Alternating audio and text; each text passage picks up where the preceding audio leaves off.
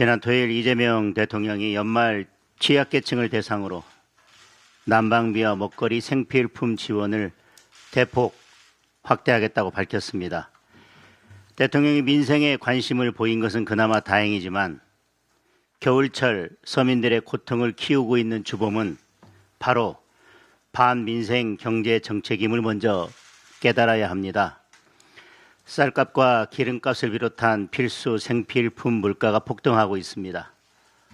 월세 가격이 3.29% 올라서 사상 최초로 3%를 돌파했고 집값도 8.1%나 올라서 역시 사상 최고를 기록했습니다. 물가, 고용, 복지 등 민생과 직결된 사안은 대통령이 직접 점검하고 챙겨야 할 최우선 국정입니다. 사실 부동산과 물가가 이 정도 올랐으면 진작 대통령 주재 물가대책회의 한 번이라도 열었어야 합니다. 국무회의에서 통일교 겁박할 시간에 민생정책부터 논의했어야 합니다. 이 정권이 자랑하는 비상경제 점검 TF도 7월 이후 문을 닫아버렸습니다.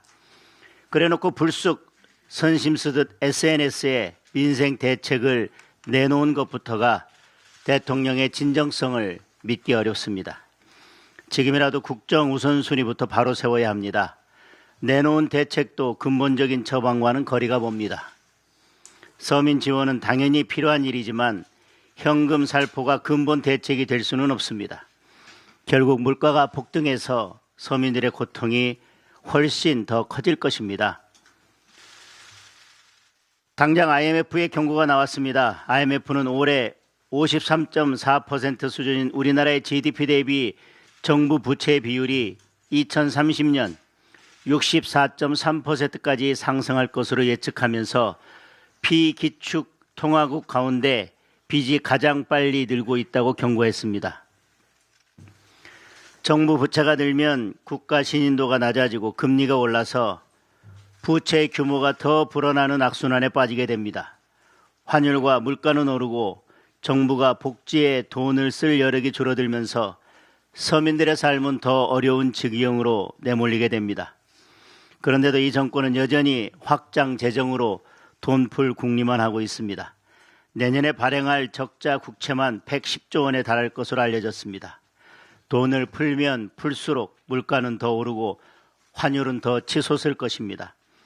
다시 한번 경제정책의 완전한 방향 전환을 강력하게 촉구합니다.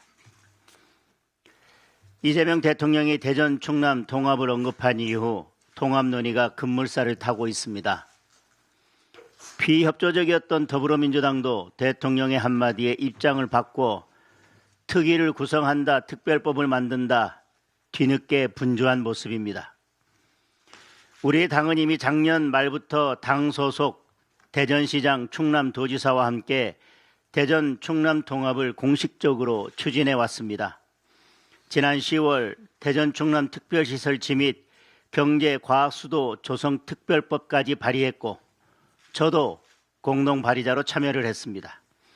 이는 단순한 행정구역 통합이 아닙니다. 지방 소멸의 위기를 극복하고 지역 경쟁력을 크게 강화하는 진정한 자치 분권을 실현하기 위한 국가적 전략입니다. 통합의 핵심은 권한 이양입니다. 257개 특례 권한과 고용, 노동, 환경, 보훈 등 주민의 삶과 직결된 사무를 대폭 통합자치단체에 이양해야 합니다. 권한 이양, 특행기관 이관, 보통 교부세율 인상을 비롯해서 과감한 재정지원 특례 등이 반드시 필요합니다. 권한 이양 없는 물리적 통합은 무의미한 껍데기 통합일 뿐입니다. 중앙정부의 권한을 내려놓고 진정한 자치분권과 국토 균형 발전을 실현할 의지가 있는지 대통령이 분명하고 구체적인 입장을 밝혀야 합니다. 이 질문에 제대로 된 답변을 내놓지 못한다면 결국 대통령의 립서비스에 불과하고 다른 속내를 품고 있는 것이라고 판단할 수밖에 없습니다.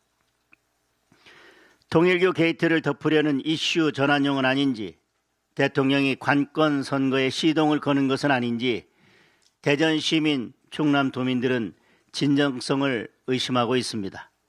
진정성이 있다면 말이 아니라 행동으로 보여야 합니다. 특별법에 담긴 실질적인 내용에 답하시기 바랍니다. 지난 18일 미국 무역대표부가 한미 자유무역협정 공동위원회 회의를 전격 취소했습니다. 이재명 정권이 자화자찬한 한미 팩트시트 타결 이후 처음으로 열릴 예정이었던 통상 관련 회의입니다. 미국 언론 등에 따르면 이재명 정권이 추진 중인 온라인 플랫폼 규제가 취소의 원인으로 지목되고 있습니다.